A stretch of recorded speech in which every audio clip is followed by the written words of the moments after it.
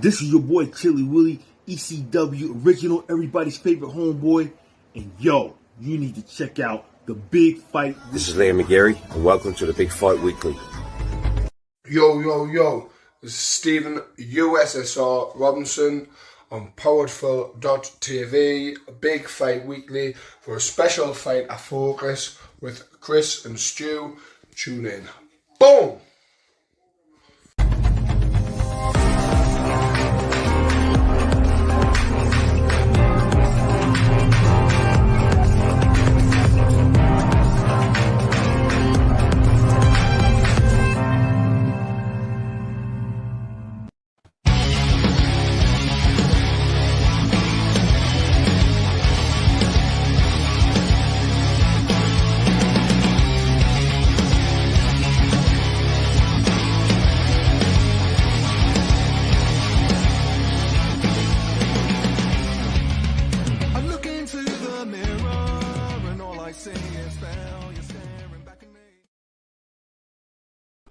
A warm welcome to Powered4.tv, Big Fight Weekly, episode 39, your weekly fix of MMA and boxing and everything else in between, Chris. With my co-host and cousin Chris Hume and myself, Stuart Palmer. How are we, Chris? Bit later than normal, mate, with the show this week. Bit my fault, really, isn't it? All the buses here in North Wales, or Wales as a whole, going on strike, wasn't it? So I've had to work a bit longer than normal. So today is where we're doing it, mate. Absolutely, and I think without further ado, Chris, because it was last weekend's main event, another Fight of the Year candidate in the UFC in MMA, as Max Holloway and Yair Rodriguez went to war as we predicted it would be last week, Chris. And as you put in the heading there, the headline, potential Fight of the Year, isn't it, Chris? No question of that. Yeah, you know what? Going into this fight, I said about the trickery of Yair Rodriguez, because as you saw the fight, he throws kicks that he doesn't set them up, but he throws kicks and you don't see it coming, and it catches people out. And he caught Holloway a lot with those kicks, really early on in the fight. I know he's going for that leg kick as well and that calf kick, and he really put a lot of pressure on Max Holloway's leg. But to be fair, though, throughout that fight, Stuart, Max Holloway took so many punches and just ate them and kept coming forward. He showed so much heart in that fight, because a lot of fighters could have taken the punishment he did in the first two rounds when Yair looked like he was on top and would have crumbled. But Max Holloway, just proves how much of an elite fighter he is. And, Volkanovski said he's not a GOAT because he's not the champion, but I still class Max Holloway in the GOAT discussion because the things he's done. The output he threw in this fight was over 3,000 strikes. You tell me. Well, 3,000 as a whole in his whole, MMA career. You tell me who else has done that. Nobody. Next person after that was Georges St. Pierre with 2,000 strikes throughout his whole UFC, career. Max Holloway's a beast. And he did get peppered a lot more in this fight than I think he's done in a lot of fights. Yeah, I don't think even Volkanovski really touched up Max Holloway as much as Yair Rodriguez did.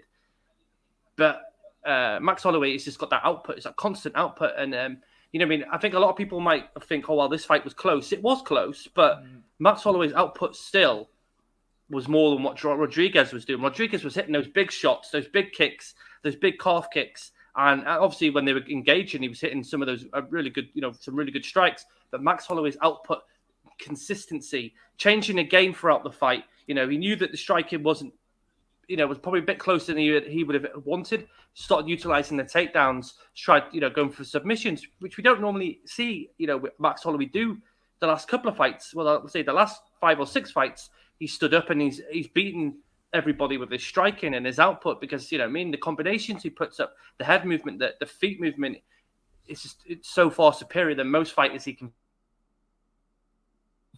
come against him. Yeah, a hell of a lot throughout this fight.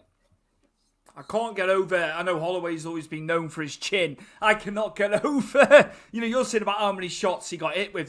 The elbows as well. They were spiteful from Yair Rodriguez, as to be expected. Yeah. As I put to you last week, there was no rust on Rodriguez whatsoever, considering how long it's been since he's last 2 years. Yeah. You said when I put it to you last week, you said that won't be a fact that he'd be game, and he didn't look out of place, did he? Considering Holloway's been more active.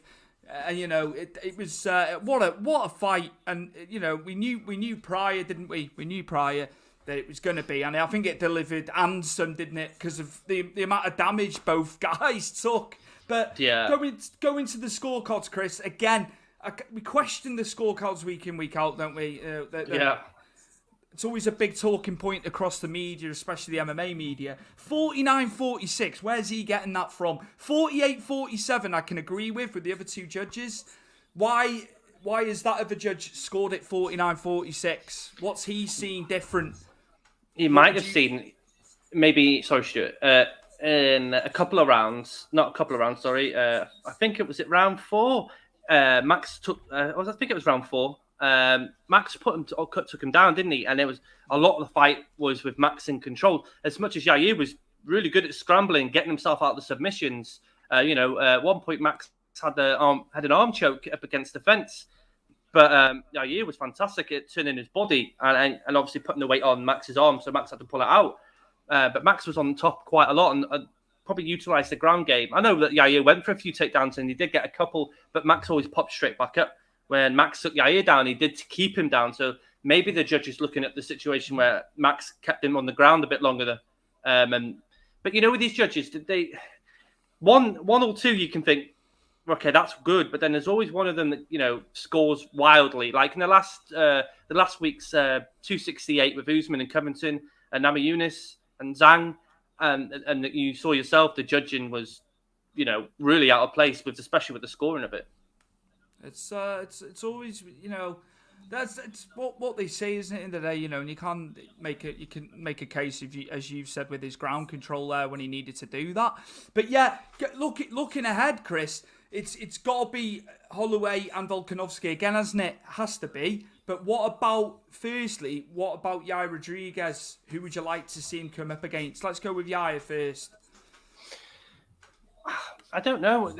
I mean, the division is it. I'll bring it up for you, Stuart, because I think it's a good telling point to see where everybody is. Yeah, it does. It does help actually with the graphically when you bring the rankings up and the last 3 fights and their records. So yeah, because it's a lot of potential fights there.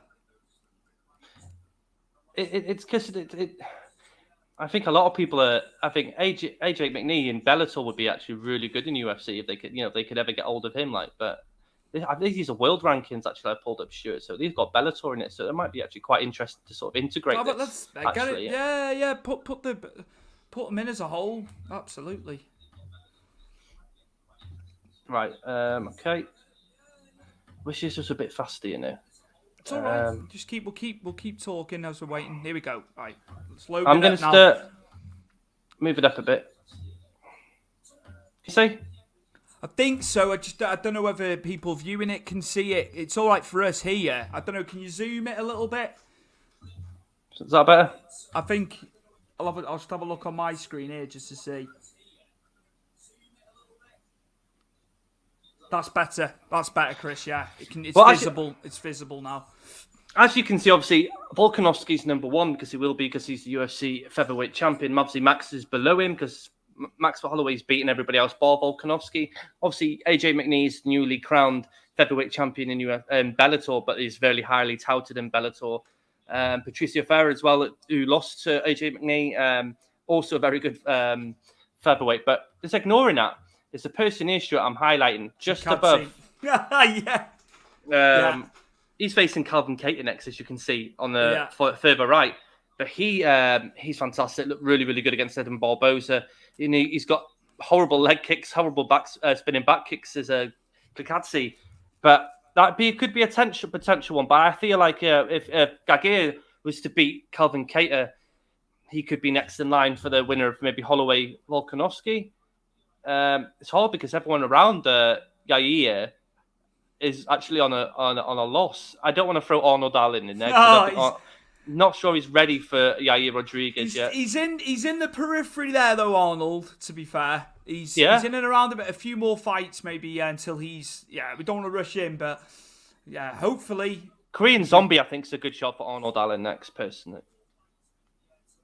Yeah, maybe how you go actually. Maybe we do a Yair Rodriguez versus Brian Ortega. They're both coming off losses. Obviously, one coming off against Volkanovski, the other one coming off Max Holloway. It actually makes sense. They both lost to the champion and ranked one first in the rankings for featherweight. So maybe we could go with a Yair Rodriguez versus Brian Ortega. That could be quite an interesting match to put together. Absolutely, yeah. That's where it could be Brian Ortega, it could be Chikadze, Korean Zombie in and around there as well. So yeah, Chris, I think we should go to the clip in the ambulance with both fighters going back to Mr. Holloway and Rodriguez. And this is what it's all about after the fight. The show of respect. And this was lovely to see. So roll the VT, please, Chris. Hey, you freaking animal. I want to touch your ankle and say, okay. Hey, bro, we got 50K, brother. We got 50K, brother. I love you, bro. No, I love you, brother. Hey, you guys stay safe, bro. Got a picture with Yeah, of course, please. Oh, yeah, of course. you guys. Fuck yeah. This is what this sport's all about, bro. Amazing. Izzy, send me the picture, please. Yeah, I'll send it to you. Fight World exclusive there. Yeah, that's what it's all about. Did you see the picture of Yair Rodriguez's foot after that? I haven't actually. Was it mangled? Just think if someone opened up like this layer of skin in your foot, right? Blown up a balloon and stuck it inside, and his foot. It looked to me like it was broken. It was huge, swollen, like purple as hell. But he did throw a lot of leg kicks, so absolutely. And Holloway did check quite a few of them as well as getting hit by them. So what an interesting fight. I got to put this to you actually before we move on and we go to this weekend's. We'll stay on topic of Rodriguez and Holloway, mainly now Holloway. Okay, so he's obviously going to fight Volkanovski next. My issue here, and I'm going to ask you this: should he fight Volkanovski next? Or should he go up and weight a division? Because, if he faces Volkanovski next and he loses and Volkanovski remains champion, Stuart, where does he go? Exactly. And I have thought about this as well. And, he's dipped his feet into 155 as Holloway. With it being 2-0 and they're going into a third, a lot of times, 9 times out of 10, the third fight in a trilogy, they're 1-1 normally, aren't they? 9 times out of 10. 9 times out of 10. Yeah. It's hard to see, mate. If it becomes 3-0, which he's beaten him twice already, it might be a mental game there. I'm with you actually. I think 155. He might have to, but then it's full of killers. But he has dipped his toes. You can not take that away from Holloway. He has gone up to 155. Yeah, and I think he does get overlooked sometimes, Chris. I think some people think, he lost twice to him. But he's been fantastic. He's been an absolute another patron in the UFC. And for a long time, should I forget that, because he's been there in his 20s and he's been, throughout his 20s in UFC. And to the best of my knowledge, there's never any beef. Unless you can remember if there's been any bad words. It seems to always be like everyone's respectful of him. There's never been any bad blood, does there? I think a lot of the guys, he's come up against, there's a mad respect for him. But yeah, I think 155 rather than taking Volkanovski on, because I can only see Volkanovski beating him. But there again, the lightweight division, it's going to pose its problems as well, because you've got natural 155ers in there, and we know how stacked it is. But I think, though, you look at the size of Max Holloway, he could fill into 155. You don't forget, he's only 28 as well, so he's still really young in the game. This is what we forget. Because he's been around, from very young. Yeah, 28, Chris, sorry. My thing is, I agree with you, what you're saying about him moving up. Would you say now is, right, you could face Volkanovski now, right, and then... okay, that's it if you lose, because unless I'll get my words out. You're not going to get a 4 fight, because we rarely see 4 fights between 2 fighters, right? So he's going to have to go up to 155, isn't he? if he loses to Volkanovski. Why not go up to 155 instead of facing Volkanovski? All right, and then you've got that in your back pocket. Say if it doesn't go so well at 155, you could drop back down to 145. And then obviously take that opportunity to face Volkanovski. But as you say, 155 is full of killers, and it's full of, He's not scared of no one. He's not scared of no man. He won't look at it like that. The way he's a fighter, he will take on all challenges, won't he? But unless Stuart, this one works out perfectly. It just popped in my head. Why not we do a Max Holloway versus Conor McGregor 2 at 155? Yeah, that's because. Yeah. They both had a bit of shit against each other the last couple of days because Max says he's the best boxer in the UFC. Conor obviously thinks he's the best boxer. Dustin Poirier seems to think Petr Yan's the best boxer in the UFC, which is quite a good shout, to be honest with you. But Conor McGregor versus Max Holloway 2 actually it's a win-win for Max Holloway. And I think he comfortably beats Conor McGregor now. Oh, no question at all. Totally different times now. He's remained active. Conor in and out, as I've always said. Yeah, he would be favourite. There's no two ways about it. Do you know what, Chris? 19-6 in the UFC now, Max Holloway. And he's took on all comers, hasn't he? He's took on the elite of the elite, as we've said. What a record that is.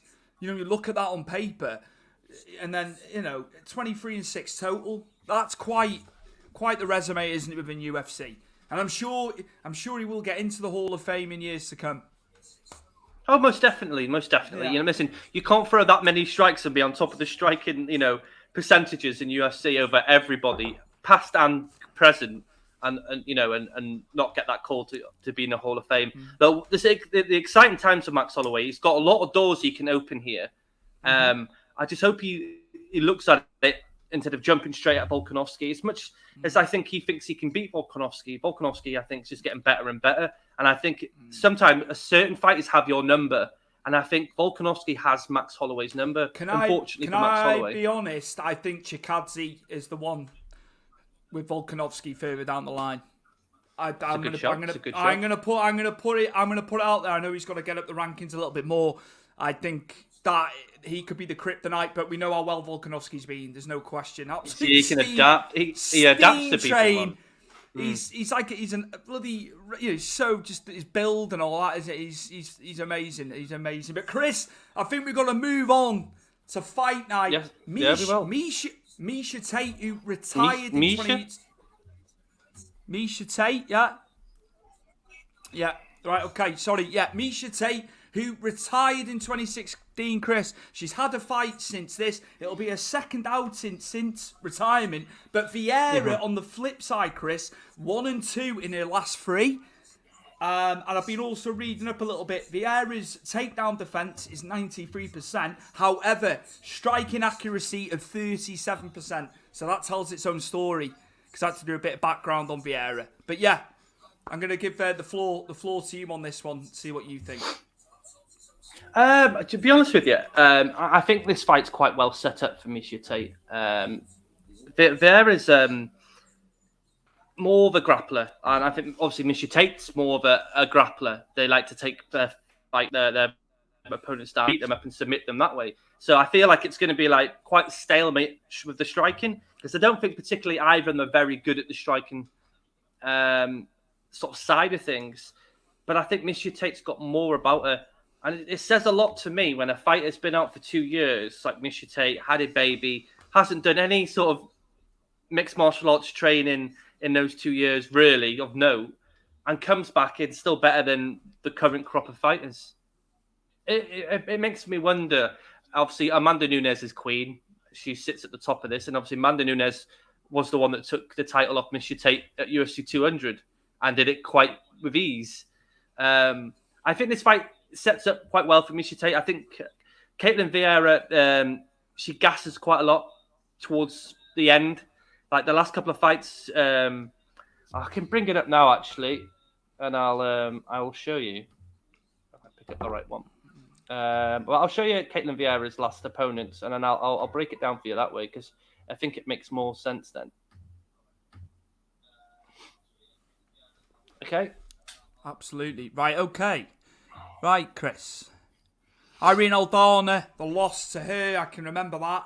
Yeah, actually, Irina Aldana, though, to be fair, has knockout power, and she knocked out. I can't remember who she fought last and knocked them out as well. Actually, sorry, Yaina Kitz's guy, who Vieira lost last to, Aldana knocked her out recently. So it says a lot there.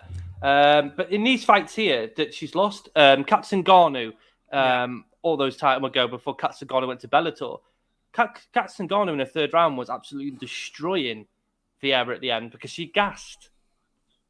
But yeah, I just think this is a nice fight set up for Miesha Tate, because I think Miesha Tate has got that experience and the championship experience. Absolutely. She's been in there with the best, the Amanda Nunes is the Ronda Rouseys. She knows that pressure. Holly Holm as well, wasn't it? Yes, and she beat Holly Holm for that title. So that last straw, rear naked choke. I think this is tailor-made for Miesha Tate. I think she can... Do you agree with her coming back? Obviously, she had the baby. How do you feel about, she was away for a significant amount of time. 2 years, wasn't it? Yeah. How do you think? Do you think she's still got enough to offer? Being a bit older now, but does that make her wiser? Do you think it was the right decision coming back for her? Yeah, I think so. I think with certain fighters, I think it can be that they need to scratch that itch, don't they? Okay, she is a lot older than she was. I suppose it's 2 years, isn't it? You're going to age 2 years, but some fighters need to scratch that itch, and I think at the end of the day, she scratched it, and I think it would have probably all fallen on that first fight she had in 2 years, a couple of months ago, and she looked very, very good. Looked in complete control of that fight, and I think she probably looked at it and thought, I'm good. I'm better than the level of what's currently in the division.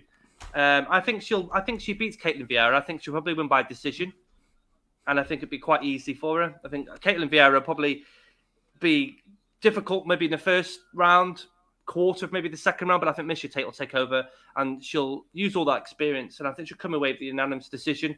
I know Miesha Tate said things about Amanda Nunes, like she'd like to get that one back, and she has to be like a sniper with Amanda Nunes.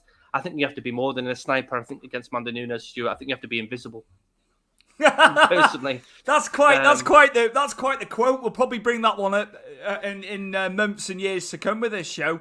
Yeah, I like that one. Yeah, absolutely. But yeah, have you got anything more to add with this before we move on to the co-main, Chris? Anything else? No. I think we settled it. I'd like to say, I think a safe bet here would be Miesha Tate. I think. Like I say, it's all that championship experience, all the experience she's had. I think that it just takes her through to the next fight. Anyway, we look forward to the main event. Returning Miesha Tate's second fight since retirement. And moving on to welterweight, Chris. Michael Kiezer, who was a mainstay at lightweight for so long, moved up to welterweight. Had relatively good success initially, didn't he, at welterweight, Chris? Coming up, filling up, going up another 15 pounds seems to be helping him a lot. I know he lost to Vicente Luque, the trailblazing Vicente Luque, who you are very currently on as well. Yeah. You're a big fan of Luque, Chris, and with good reason. But Sean Brady, we've spoke off camera, Chris, in messages and stuff. He's known for striking. He's got good Muay Thai as well, and he is, he's undefeated. But I'm veering towards. I think Kiezer will get him down. I think to the ground, and his experience will show. Big match experience. How are you thinking the co-main will go? And Kiezer, Stuart, is the underdog in this fight. Are you happy with that though, or do you think that's unjust? No, because I think Sean Brady has. I get these hot because you look at what I can't remember now. What was he? Let's have a look at this now. I need to sort of put it back of my head. Here you go, 14-0. There we go. I think UFC like this sort of thing, don't they? He beat Jake Matthews in his last fight, and I don't think he was very convincing personally. He's another one I think sort of tires, throughout the fight. Michael Kiezer, I think how he made lightweight, is insane considering how big he looks at welterweight. Stuart, he must have pretty much killed himself, or he died getting to lightweight, because how the hell he did that. I think people sleep on Michael Kiezer. I think, just needs to work on his striking. If things aren't going really well on the grappling side, he just needs to sort of work on that. And I think Vicente Luque, because he wobbled for Sensei Luque in that fight before all that weird scramble. We had him in a guillotine and it changed to a Darth choke for Sensei Luque in that fight. He was injured though. He did say he was injured. Can't use that as an excuse, obviously, but it is just one of them. I think Sean Brady's. You say he's got power. I haven't really seen his power. People say he's got power. He's okay at standing. He's primarily a grappler himself as well. But you're facing someone like Michael Chiesa, I think, who's been around, done it, fought some of the really tough guys in the UFC. But also, he's got that hustle, Michael Chiesa, where he can put so much pressure on these fighters and take them down and take their will, and they break. I like Michael Chiesa in this fight. I think people are sleeping on Michael Chiesa.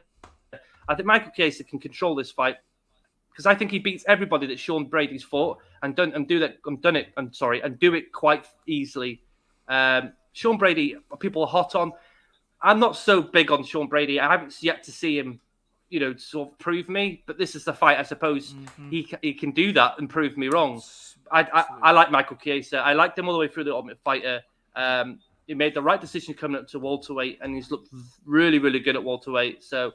Yeah, I think Michael Chiesa just going to use that hustle, that experience, that pressure, and I think he gets it done, Stuart. Put your money on Michael Chiesa because we're both going with him. Gamble responsibly though. At the same time, just a little cheeky £5 or maybe $5 or $10. Something along those lines. You don't need to go mad, but yeah. Hey, Ramel. Hello, Ramel. I bet you're looking forward to the weekend as well because we've got boxing as well as the UFC, and I know he likes both codes. How are you, mate? Hope you're well. It's good to see you, Ramel. Anybody else? No, that's fine. That's fine. We've got two of our domestic fighters coming up in the next two segments. I will start off with Scotland's own Joanne Calderwood. Ultimate Fighter alumni many years ago against Talia Santos, Chris. So, yeah, Joanne Calderwood, 5th in the rankings. Talia Santos. I don't know how you pronounce that, because Tyler. Would you pronounce it Talia? Taylor. I'd say Tyler, but it'll have like a Brazilian twang, definitely. We're not probably doing it justice. Like Talia Santos. Sorry for butchering your name, sorry. I think Talia would be L-I, but I don't know, mate, because... But yeah, she's ranked 10th in the division as well, Chris, and she's 3-1. She beat our very own Molly McCann in those 3 victories as well. Strong with grappling, Chris, so I have seen. But yeah, who we going with here? Joanne Calderwood's been around, for a long time now, and who's winning? Who's winning this one? Let's be honest, right? With Joanna Calderwood, I think she's been very unlucky in the losses she's had because I think she beat Lauren Murphy. In the fight that Lauren Murphy won on split and got that fight against Shevchenko, and we all know what happened there because Shevchenko's a beast. She beat Silvio Savello. She's beaten, I think, pretty much the top 4, but lost by a decision. Minus Jennifer Mayer, who she got her arm caught, and I think she's worked on that because a few times in Calderwood she's got caught in submissions, for stacking someone in a guard. But I like Calderwood. I think, again, she, like Michael Chiesa, is very underrated because the fights she's lost against these supposedly top opponents that Shevchenko's beaten after it, I think she's beaten him. I think, obviously, again, her striking's fantastic, Stuart. She's very measured with her striking. Becoming from Muay Thai champion she was, in the early days, she sets things up a lot with her kicks, especially when she gets them into the Muay Thai grip and she gets them in the plum. She's fantastic in the Muay Thai situations. But this Talia Santos, Stuart, you say about Molly McCann, and she's a renowned grappler. Molly McCann, who really hasn't got much of a grappling background, she was getting up for these takedowns and getting back up on her feet. Okay, Molly McCann lost on decision. But, if you've got Calderwood, who's, been in there and fought some of the best, and you're facing Molly McCann, who's up and coming, and she's finding her feet, and she's getting up from your takedowns, what do you think Calderwood's going to do, Stuart? She's going to start striking, isn't she? Surely. She'll go to her bread and butter, won't she? Blast. I think Calderwood's, like I say, underrated. I think she's overlooked as well, personally, so Joanne Calderwood. I think she gets this done, Stuart, and I think Santos is going to be difficult maybe in the first round, as long as Calderwood doesn't make silly mistakes in the guard, leaving an arm out or a leg out like she's done in the past. and she gets us back on the feet, I think she can take apart Santos with the striking, and she can use those leg kicks to range for a range, and then pepper with striking. I think she gets this done, Stuart, and I think she gets this done by TKO. There we go. Chris has just told you there. That's what the finish will be. So yeah, maybe put some money on that as well. The TKO finish for Joanne Calderwood, mainstay of the UFC, been around. It's another one, Chris. Been there for like 8 years now. It's mad to think, isn't it, when she was coming through? And great. That'll be a good one. And she fought Rose Namajunas in the Ultimate Fighter for the strawweight title. Remember, all those time ago. A lot of not for the title, obviously. A lot of experience, and as you said, on another night, a judge would have had her winning matches. Absolutely. And moving on. Yeah. Moving on to Englishman, our fellow UK fighter, Davy Grant, who's become a bit of a striking specialist, which he wasn't famed 4 years ago. No. Against hot prospect Chris, a lot of people are telling Adrian Yanez, who could be, he won his Dana's Contender Series. He won his contract through that. Just get my words out there. But Davy is obviously on a 3-1 record at the moment, and his loss was to Marlon Vera. And Marlon Vera is, he's renowned. He's well known. He's just look what he did to Frankie Edgar. Yeah, great fighter. So that's not a bad loss, at any stretch. But yeah, Chris, obviously we want Davy Grant to come through this, but it'd be tricky. Very tricky against Yanez, mate. See, the problem with Davy Grant, you can go back to the Martinez fight, and when Martinez was finding range with Davy Grant, he was connected with those strikes, and he dropped, didn't he, Davy Grant in the first round. It looked like Martinez was going to take the fight from Davy Grant, but obviously the bell saved Grant. He got back in the second round, and they caught him flush with a combo, didn't he? Dropped him, knocked out Martinez. Problem is with Yanez I think Yanez has got a solid chin. He can take these sort of punches from Davy Grant. But I think Yanez is going to find these holes that Davy Grant has, because he does get caught a lot. You look at Marlon Vera fight. Marlon Vera is finding his feet now and becoming a really, really, really good fighter. So it's not a shame of a loss, that one. Absolutely. But I think he's an older man now. I think is he 30, 35, 36 now, Davy Grant. It's a lot of sort of wars to have as you're getting older. And the Yanez, who's really pronounced as a striker, very good. He's got power as well, Stuart. I think he only needs to find these holes that Grant has in the stand-up, and I think he puts Grant away, sadly. I like Davy Grant. I like everything about Davy Grant, not because he's British, but because the way he puts himself about, and still going strong. He's got his restaurant, doesn't need to be in the UFC, Yeah, but he's doing so well with that, you know what I mean? He doesn't need to be there. He's making enough money out of that. Where is it? Is it up in Darlington, I assume? I think it's up north. Why? Yeah. We might have to take a trip, mate. We might have to take a trip. It's a long old trek for us, though. Not to segue into his restaurant. Not to segue into his business. You, Davey. But yeah, no. Back to Davey. Sorry, yeah. No, I like Davy Grant. I thought the last three fights before Marlon Vera, he was great. It was great to see him. He's not been in the UFC for a while because of injury. He comes back and gets on his 3-fight win streak, and all by knockouts. And for a guy his age, all that momentum was really good. But he bumped into Marlon Vera for the second time. Obviously, don't forget he beat Marlon Vera before that, but that was many years ago. Marlon Vera, like I say, is coming to his own now. And I think, he took unnecessary strikes, really. He didn't, he had a lot of heart in that fight. But at his age and going into wars after wars and then facing these newcomers like Yanez that are coming in and crisp when they're striking, like I say, Stuart, and they've got power. They find these problems that you have with your holes and they exploit them. And I think, unfortunately for David Grant, Yanez is going to exploit these holes. I don't want to say knockout because it's Davy Grant and I love Davy Grant's shirt, but I feel like it's going to be a knockout and I think it's going to probably be maybe first or second round. But I hope in my heart that Davy Grant can pull the other one out. We look forward to that as well. So yeah, 2 UK fighters on the card, and he opens the main card, which I've had a look. I was having a look pre-show, wasn't I, before Chris? 11 p.m. start for the main card in the UK. So that's quite a decent time to be watching them, isn't it? Wait, Isaac! Under the pseudonym Tyler T. Hello, lads. Only just checked in. No, glad to have you on. I had a few bevies with Isaac last week. He was up from Norwich, back on the North Wales coast. So yeah, it was good to see you, mate. And yeah, absolutely. Thank you very much, mate. Moving on to the boxing. We are moving on to the boxing, mate. We are going to move on to Demetrius Andrade, who defends his title against Jason Quigley, and it is on DAZN tomorrow night. Chris, I think roll the VT of the weigh-in and just the crowd reaction, because it's in Boston, it's in New England, and Demetrius Andrade is from Providence, Rhode Island, so it's not that far away from him.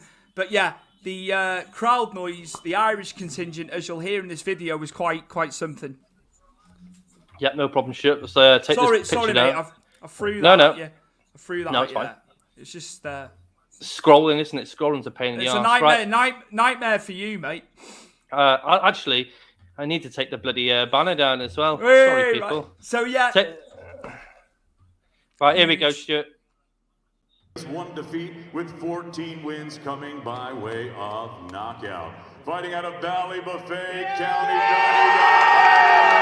here's the WBO middleweight champion, Jason Quigley.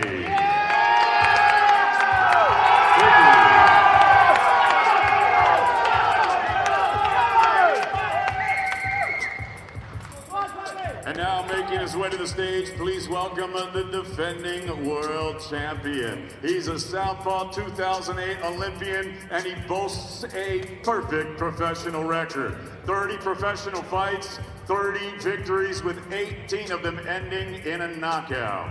Saturday night, he makes his 5th defense of his world title, fighting out of Providence, Rhode Island, USA. Here's the reigning, defending, undefeated WBO middleweight champion of the world, the Southpaw, Demetrius Boo Boo Andrade.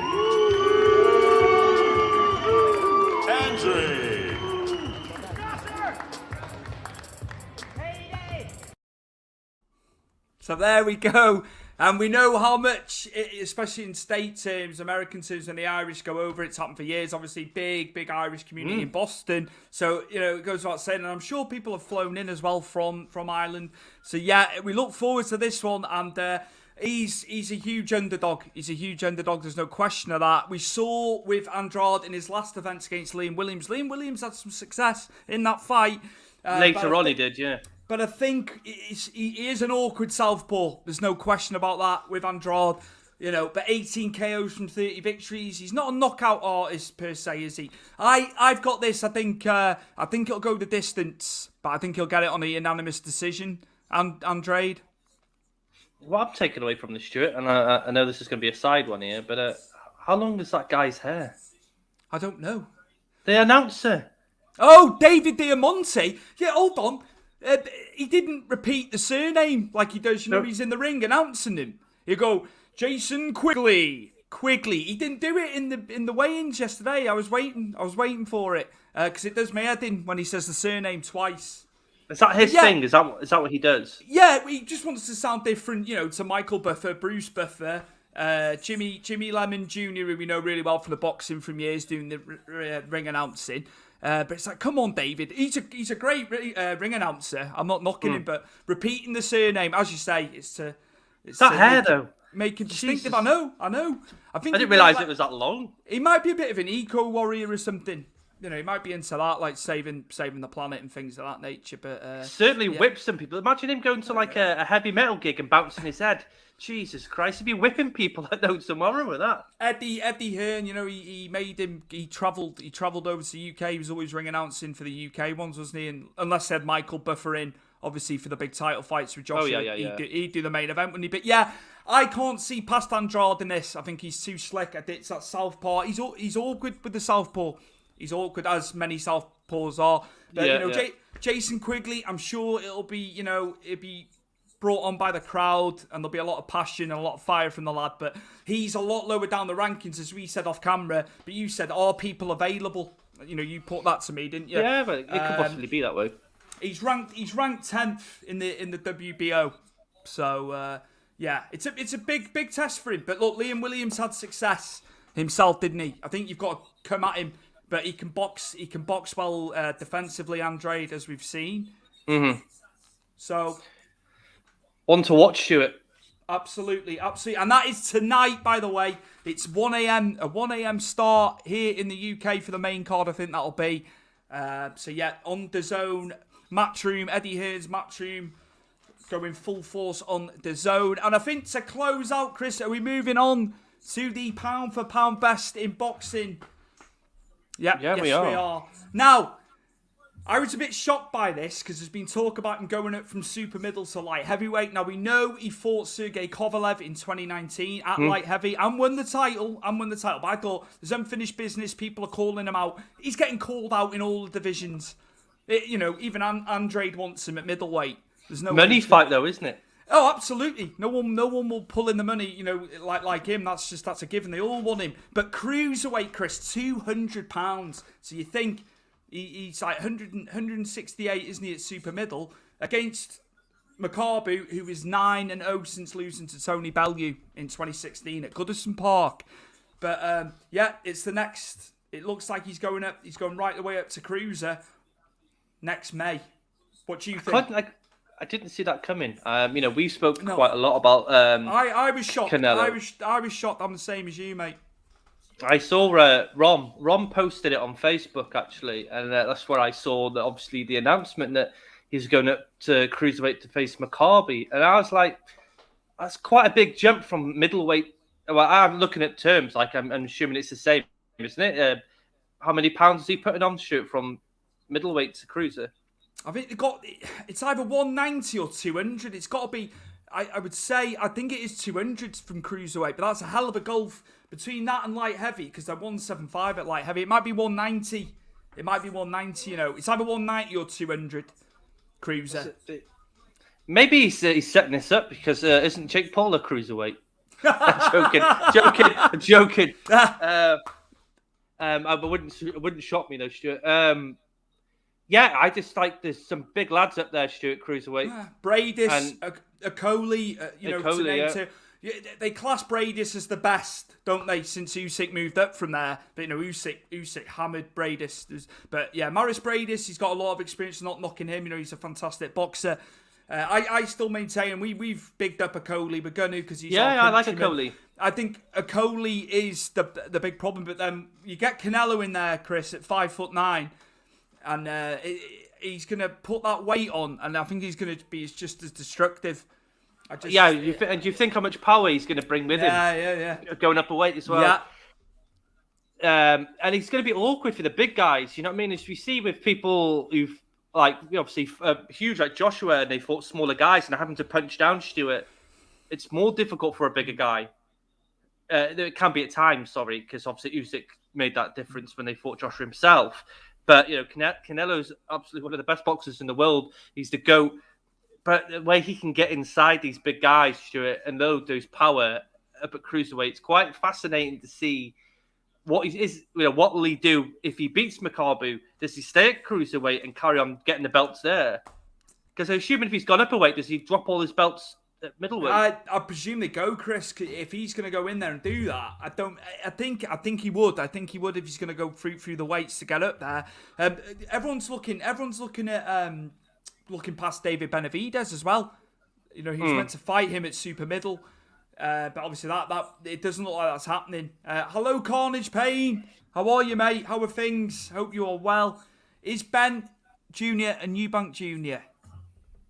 this weekend? No. Eubank Jr. is on December the 11th on Sky Sports here in the UK. Boxer, isn't it? And Ben is the following week, isn't he, Chris? Remember when we broke it, didn't we? Him and Katie Taylor, obviously still under the Matchroom umbrella with Eddie Hearn, so that's on DAZN. So yeah, December the 11th for Eubank Jr. and Liam Williams, our fellow Welshman. And Conor Ben the following week. Good fight, that. Against Chris Algieri. Which, yeah, absolutely. He might win at cruiser if the speed's still there. But the power of those guys and those guys in cruiser are still quite fantastic as well. And fastness, fantastic. I think that's what he said. Yeah. That's what Ron thought. Yeah. Listen, I think he's a problem for them all, Okoli included. If it came to that he wants to be in there and unify, which you've got to think he wants to unify. You got to think of sorry for these cruiserweights, though. You know what I mean? If he is still as good as what Rum says, the speed's still there, and obviously the power's just going to get worse. Worse, but worse for the fighters he's against. They must be thinking, no, Canelo, just go down to light heavyweight. Why do you need to come up here? It's fascinating to see where he's going to go with this shirt, and if he does want to carry on. I've got to be fair to McCarby. I know I alluded to it earlier. He's won 9 since losing to Tony Bellew as well. Brett Thomas, good evening. I've only just got out of hospital today. Been in for the last 2 weeks as I passed out at work. Oh, sorry to hear that, Brett. Hope you're all right.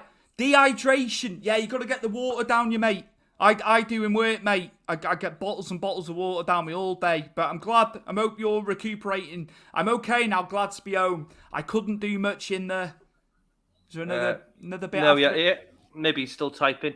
Oh, Brett, it's good to hear you're okay, mate. Keep drinking that water.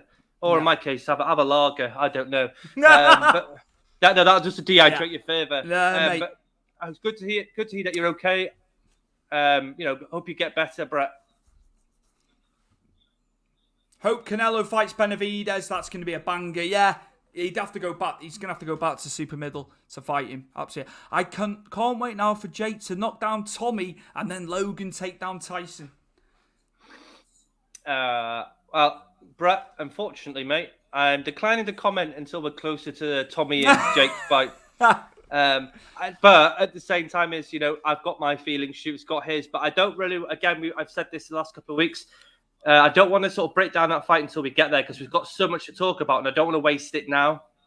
Absolutely. I hope you understand that, Brett. We'll talk about Tommy and Jake when we're a bit closer to time. Brett, and to be fair, Brett, I will probably get up for Tommy and Jake Paul. Believe it or not, I'll be watching it live. Can you believe it, Brett? What time are you thinking that's going to be? Where is it? Are they doing it? Is he doing Florida, it isn't it? Right. Okay. It'll be they'll probably do it like 3 a.m, won't they? They'll probably fight if it's on the East Coast, like East Coast time. But Brett, we will break this fight down. I promise you, mate, and we'll do it proper. But I don't want to sort of waste any of my time on it yet because we just do it both counter each other. So it'll be quite interesting when we get to that week. Absolutely. So yeah, we look forward to that. Thank you, Brett, for your comments. I'm glad you're better. Thanks, Chris. Thanks, you. Not a problem, mate.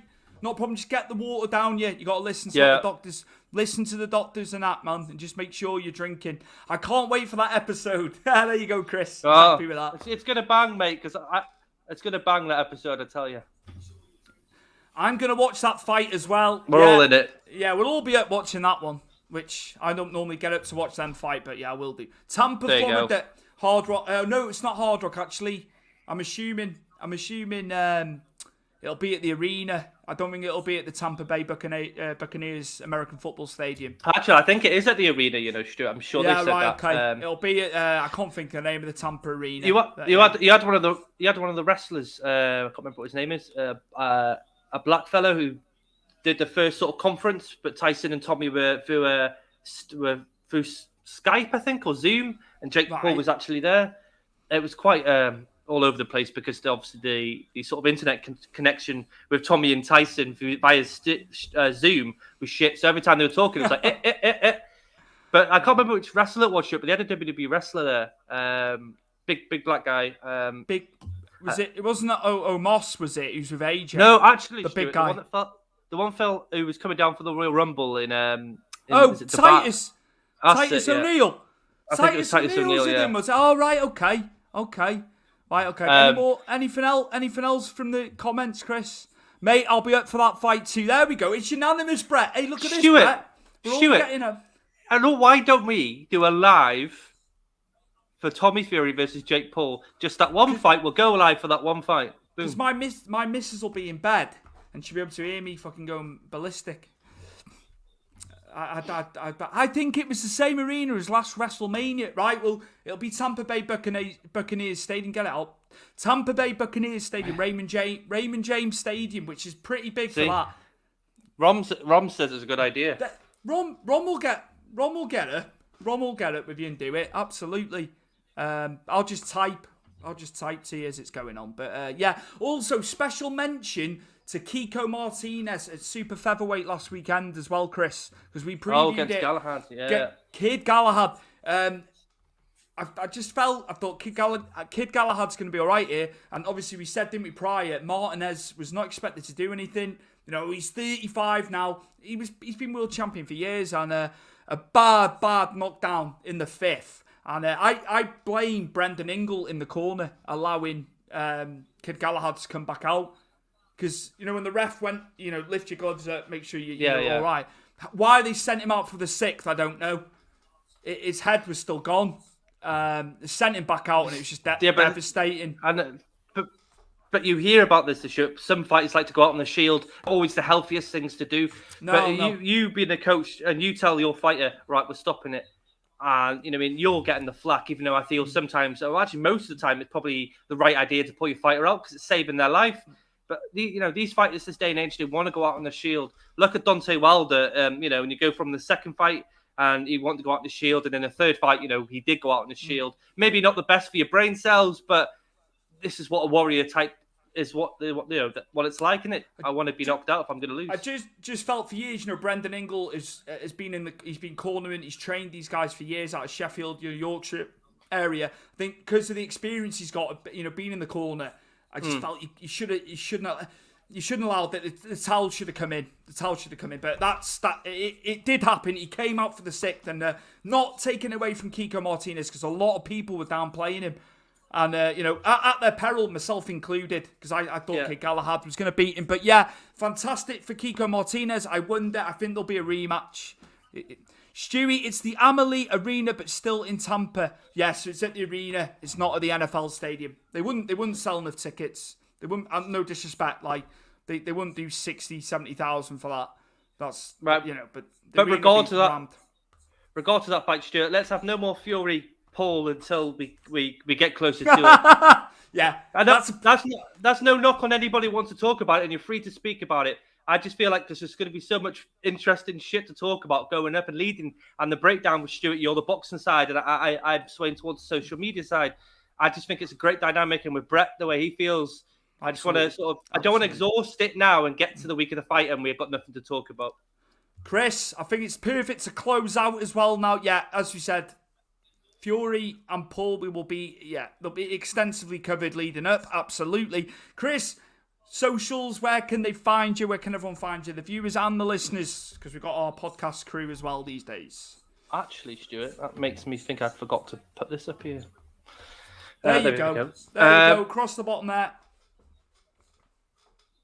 Obviously, in the description below for all our YouTube videos now, there are the links for Spotify and Apple Podcasts. You can find us on all podcast areas.